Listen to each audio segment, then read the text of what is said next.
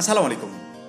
জাতীয় বিশ্ববিদ্যালয়ের শিক্ষার্থীদের উপবৃত্তি প্রদানের লক্ষ্যে পরপর দুটি সার্কুলার প্রকাশ করেছে বিশ্ববিদ্যালয় কর্তৃপক্ষ। আজকের ভিডিওর মাধ্যমে এই দুটি সার্কুলার সম্বন্ধে সংক্ষেপে তোমাদেরকে জানিয়ে দেওয়ার চেষ্টা করব। শিক্ষার্থী বন্ধুরা, তোমরা স্ক্রিনে দেখতে পাচ্ছ আজ 16 এপ্রিল 2024-25 অর্থ বছরের পুষ্য শিক্ষাবৃত্তির আবেদন সংক্রান্ত একটি বিজ্ঞপ্তি প্রকাশ করেছে। তো এই পুষ্য শিক্ষাবৃত্তিটা কি, এটা একটু ভালো করে বুঝবা। এটা কিন্তু জাতীয় বিশ্ববিদ্যালয়ের সকল স্টুডেন্টদের জন্য না, এখানে সবাই আবেদন করতে পারবে না। তাহলে কারা আবেদন করতে পারবে?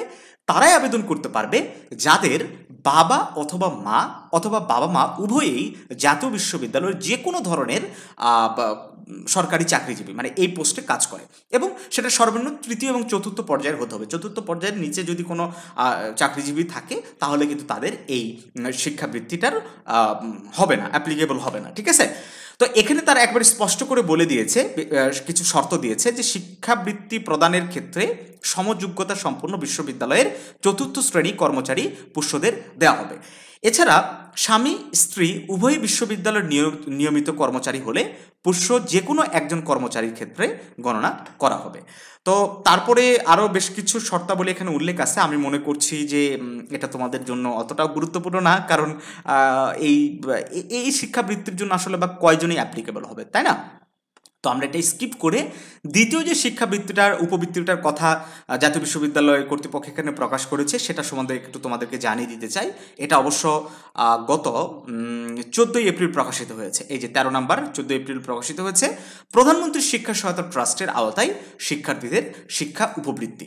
ঠিক আছে? এটা 15 তারিখ থেকে এটার অ্যাপ্লিকেশন শুরু হয়েছে। এই যে দেখো, 15 এপ্রিল সকাল 9টা থেকে শুরু হয়েছে এবং চলবে 15 মে তারিখ পর্যন্ত।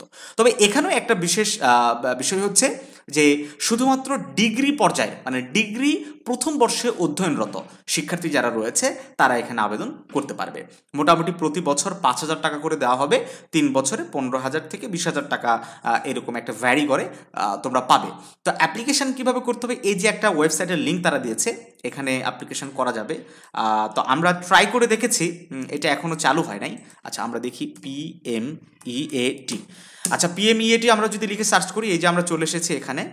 ওকে, আমরা তোমাদেরকে একটু বিস্তারিত দেখাই।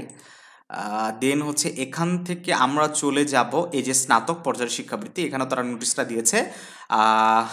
দেন আমরা নিচে আসি। ওকে, PMEAT.gov.bd, আমরা এটা একটু কপি করে এই ওয়েবসাইটে যাওয়ার চেষ্টা করি।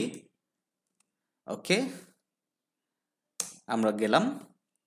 আচ্ছা, এটা সার্ভারে কাজ করতেছে না সম্ভবত। যাই হোক, এখান থেকে এই অ্যাপ্লিকেশনটা করা যাচ্ছে না। আমি একটু আগে ট্রাই করেছি, অ্যাপ্লিকেশন করা যাচ্ছে না, অ্যাপ্লিকেশন এখন শুরু হয়নি। আর শুরু হলে এটার অ্যাপ্লিকেশন প্রসেস যেটা আছে, কীভাবে অ্যাপ্লিকেশন করতে হবে, ফুল প্রসেস আমরা আমাদের ইউটিউব চ্যানেলে সেটা প্রকাশ করে দেবো। আশা করি সেই ভিডিওটা দেখে তোমরা নিজেরাই এটার অ্যাপ্লিকেশন করে নিতে পারবে। তো যাই হোক শিক্ষার্থী বন্ধুরা, এই উপবৃত্তির খবরটা দেওয়ার জন্যই আজকের এই ভিডিওটা করা। আশা করছি তোমাদের যাদের এটার সাথে রিলেটেড তারা উপকৃত হয়েছ। আবার অনেকে নাও হতে পারে, কারণ অনেক স্টুডেন্ট এটার সাথে রিলেটেড না।